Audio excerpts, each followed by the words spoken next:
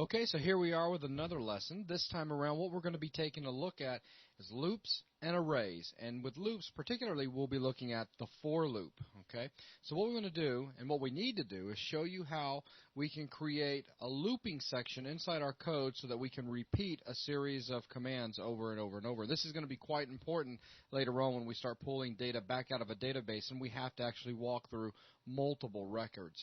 So, Logan, go ahead and let's set up some basic loops for them to take a look at. Okay, I'm just going to start a new script because this is just going to be like a little test, truly a test script that we're not going to be really referring to later. It's just to show for loops in action. So, okay, to actually create a loop, let me tab over a little, and syntax is pretty simple. For, my little pet peeve, turn the highlighter on. For, and then we need basically, we got three things inside that we're going to store. We're going to have our initializer, which is what he just put, $I equals 0. So we're setting up a variable that's called $I, and we're putting 0 in it. Next is going to be a test condition. $I is less than 10. So as long as this thing is true, we're going to continue repeating through this loop. So that's our test condition. And finally, the last thing is your incrementer or decrementer, and you see that he's got $I plus plus.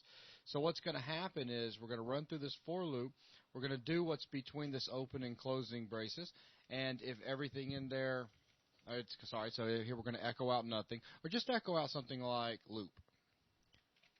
Okay, so it's just going to send the word loop out. All right, because we're not, again, this isn't, it's the web browser is accepting it, but this doesn't have proper HTML tags, but it is going to be interpreting as HTML. So to do a new line, you actually have to do a return, BR.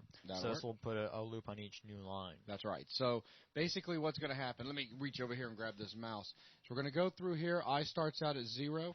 We're going to come down and we're going to echo out, and then, of course, also a new line. We're going to hit the end right here, come back up.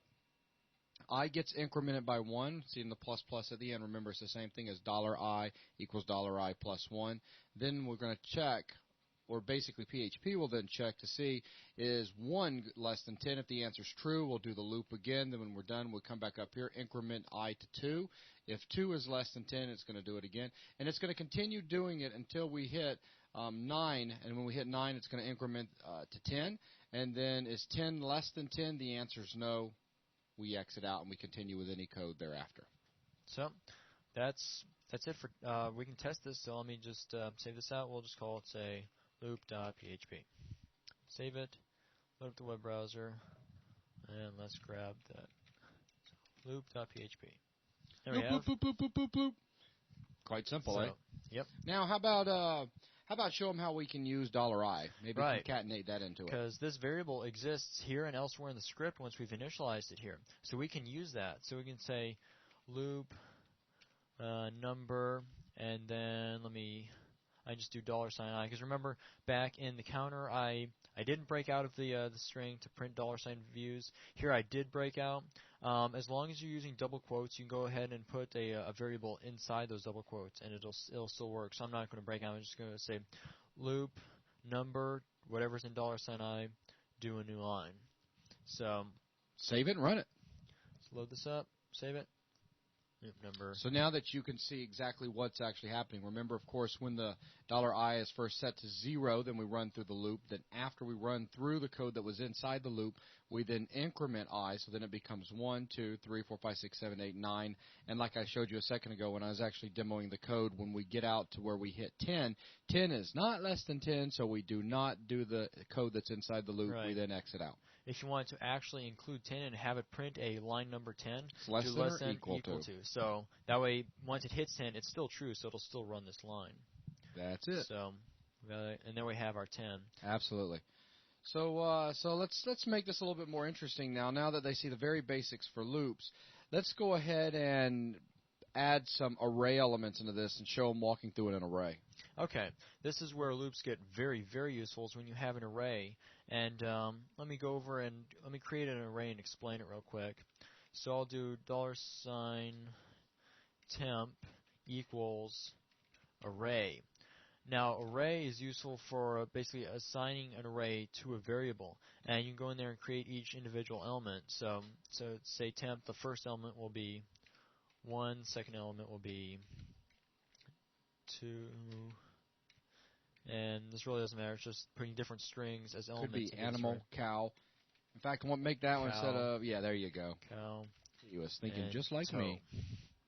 So there we've got an array with 4 elements holding these strings in it.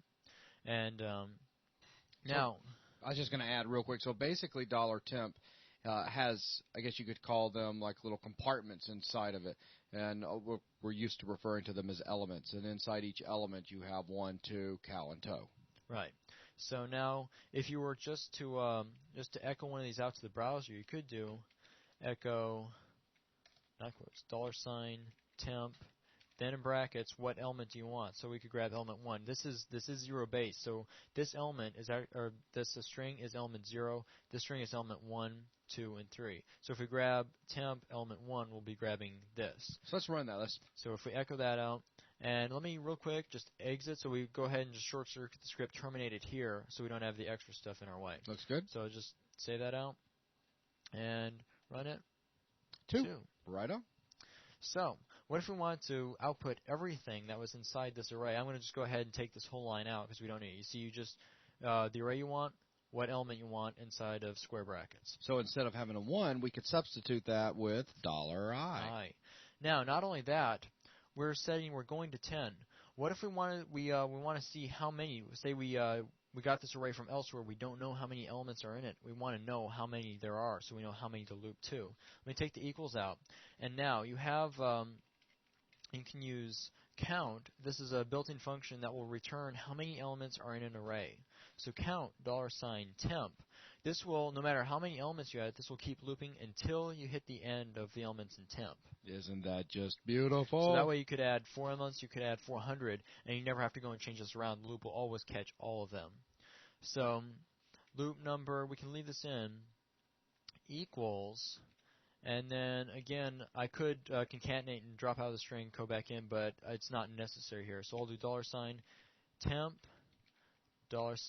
$I, equal. So loop number, whatever or whatever element we're on, equals what that element actually equals inside the $temp array. So let me go ahead and save that out. Refresh it.